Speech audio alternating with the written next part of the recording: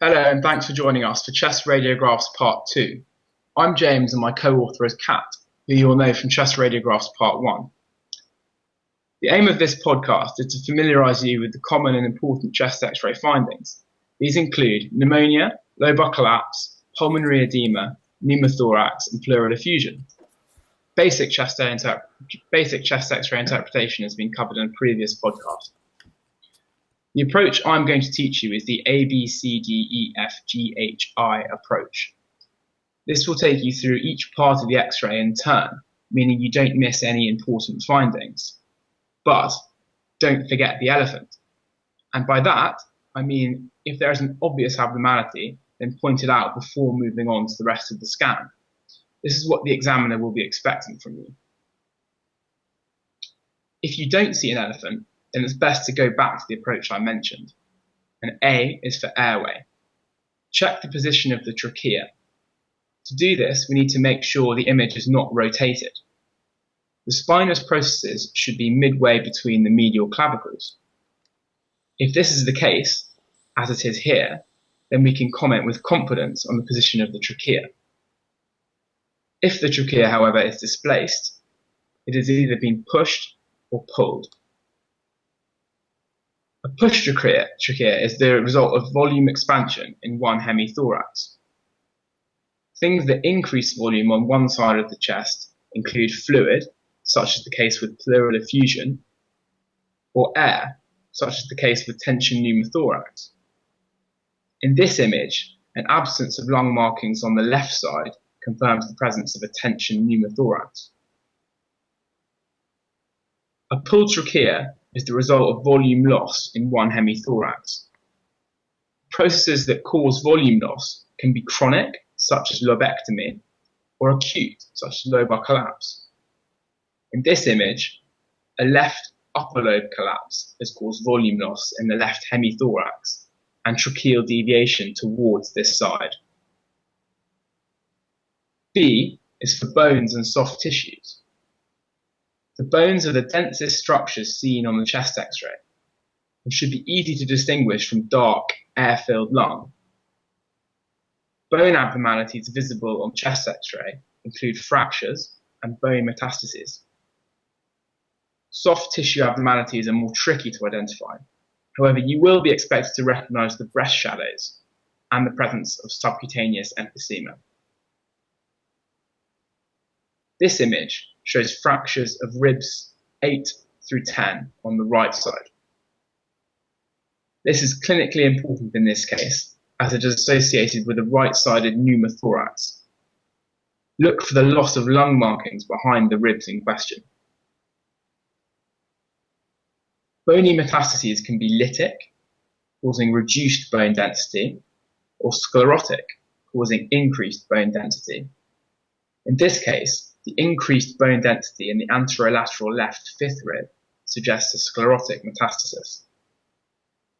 In the example, the patient has a history of prostate cancer. In radiographs of female patients, it is important to recognize the normal breast shadows. These should be symmetrical and clearly defined.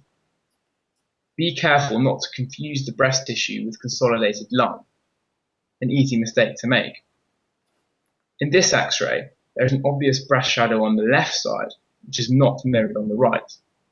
The history in this case includes right-sided mastectomy. Subcutaneous emphysema has a characteristic appearance on chest X-ray. In this example, there is clear delineation of the pec major muscle, as well as other muscles of the chest wall and neck.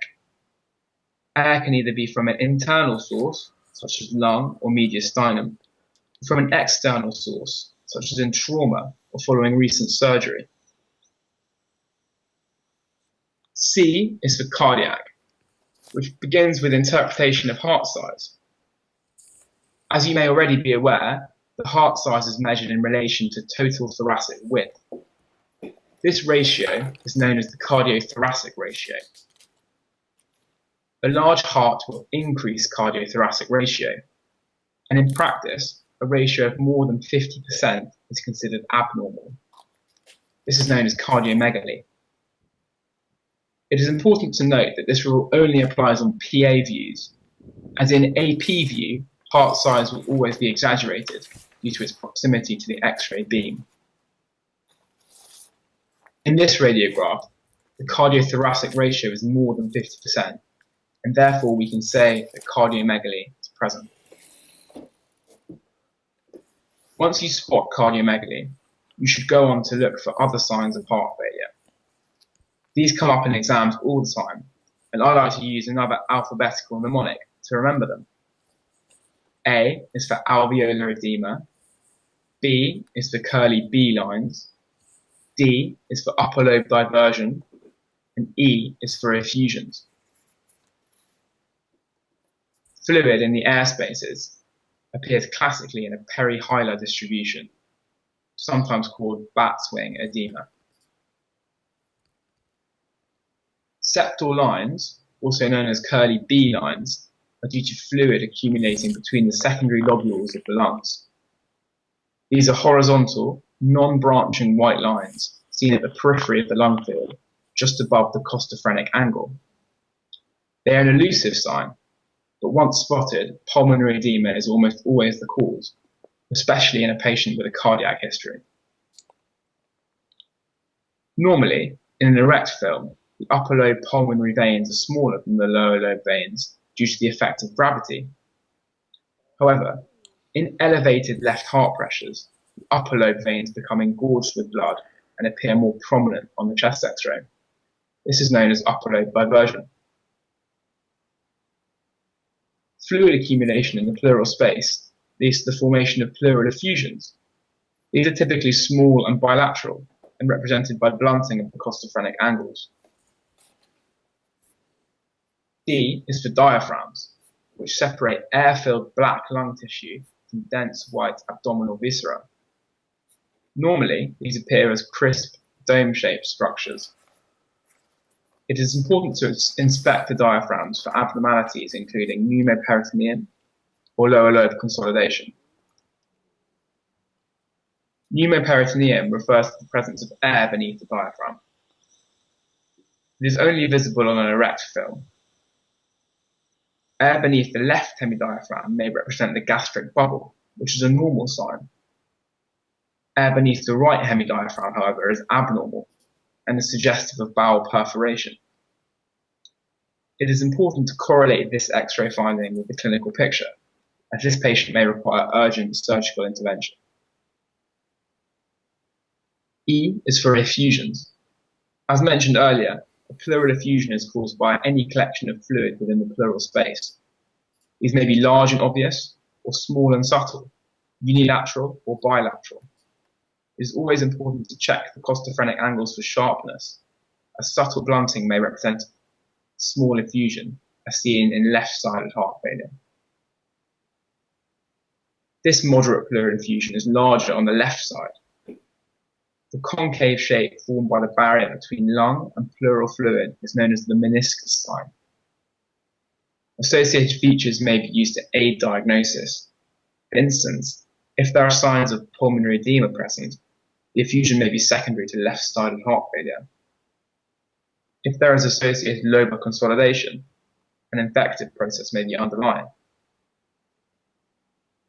A large effusion may involve an entire hemithorax, in which case it is sometimes called a whiteout. In this example, the large volume expansion on the left side has caused the trachea and entire mediastinum to shift towards the right. An important question to the clinical team would be whether this patient is hemodynamically compromised. This would determine the urgency of treatment with a chest drain. F is for lung fields. It is perhaps easiest to divide the lung fields into upper, middle, and lower zones. This simplifies the process of describing where an abnormality is, especially if you are not sure which lobe is involved. One of the most common lung field abnormalities you will be expected to identify is consolidation. Consolidation is a term used to describe the increase in opacification seen when there is fluid occupying the alveolar spaces. The term is most commonly used when referring to pneumonia. It can be focal or widespread. When specific lobes are involved, there is often a characteristic pattern on the chest X-ray. Lower lobe consolidation is most easily identified by looking at the diaphragm. In the normal chest X-ray, we expect to see a nice, crisp, dome-shaped border. When there is lower lobe consolidation, this border is obscured by an area of increased opacification. In this example, the right hemidiaphragm is crisp and well defined. The left hemidiaphragm, however, is blurry and ill-defined, and there is increased opacification in the left lower zone. Note that the left heart border remains intact. Diagnosis: left lower lobe pneumonia.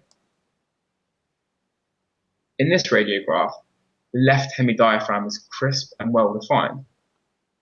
This time, the right hemidiaphragm is obscured, and there is increased opacification in the right lower zone. Again, the heart silhouette remains intact. Diagnosis: right lower lobe pneumonia. Middle lobe consolidation can only occur on the right side, as the left lung consists of just an upper and a lower lobe. In middle lobe consolidation, there is blunting of the right heart border with an intact right hemidiaphragm. In right upper lobe consolidation, there is increased opacification in the right upper zone. The giveaway in this case is the presence of fluid in the horizontal fissure. Lobar collapse can sometimes occur at the same time as consolidation, as part of an infective process, making it difficult to distinguish. Collapse is caused by obstruction of the bronchus supplying the affected lobe. Causes can broadly be divided into three categories. Intraluminal obstruction can occur from mucus plugging in pneumonia or inhaled foreign bodies, particularly in children. Luminal causes include bronchogenic carcinoma, which is an important rule-out diagnosis. Extraluminal causes include compression from an adjacent mass, such as a tumour. Left lower lobe collapse has a characteristic appearance on the chest radiograph. The collapsed lobe forms a dense triangular opacity in the left lower zone. It sits behind the heart shadow, forming a double left heart border, or sail sign. Look for evidence of tracheal deviation, as you might expect the trachea to be pulled towards the side of the collapse. In this radiograph, there is increased triangular opacification in the right upper zone. This is caused by a right upper lobe collapse. The presence of right upper lobe collapse in an adult should raise suspicion of occlusion of the right main bronchus by tumour.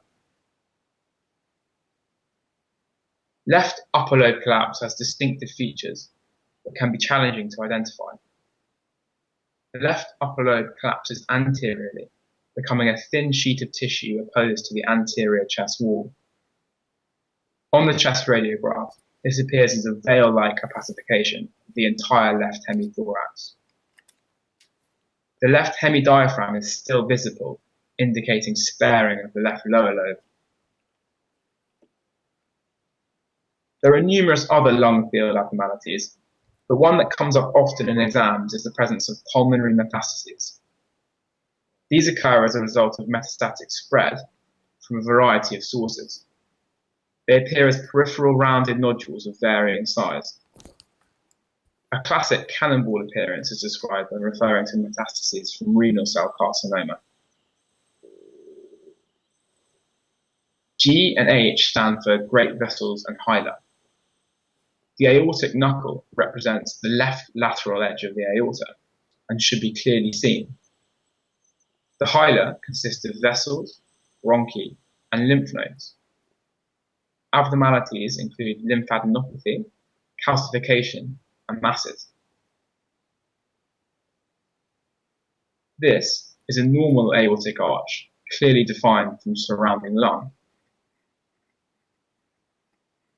In this radiograph, the aortic arch is grossly enlarged, with the presence of a metallic stent running through the thoracic segment. This appearance is suggestive of aortic dilatation secondary to thoracic aortic aneurysm. Many disease processes can cause hilar enlargement. However, if both hilar are symmetrically enlarged, this should raise suspicion of sarcoidosis. Differentials include lymphoma, infections such as TB, and pulmonary artery hypertension. Again, correlation with clinical history will be important in reaching a diagnosis. This radiograph shows bihilar lymphadenopathy in a patient with sarcoidosis. Note that the left hilum is slightly higher than the right, which is a normal sign. Last but not least, I is for impression. This is a chance to synthesize your findings and present them to the examiner. Before doing this, it is helpful to remember the review areas, places where it is easiest to miss pathology. These are the apices, looking for consolidation and small pneumothoraces.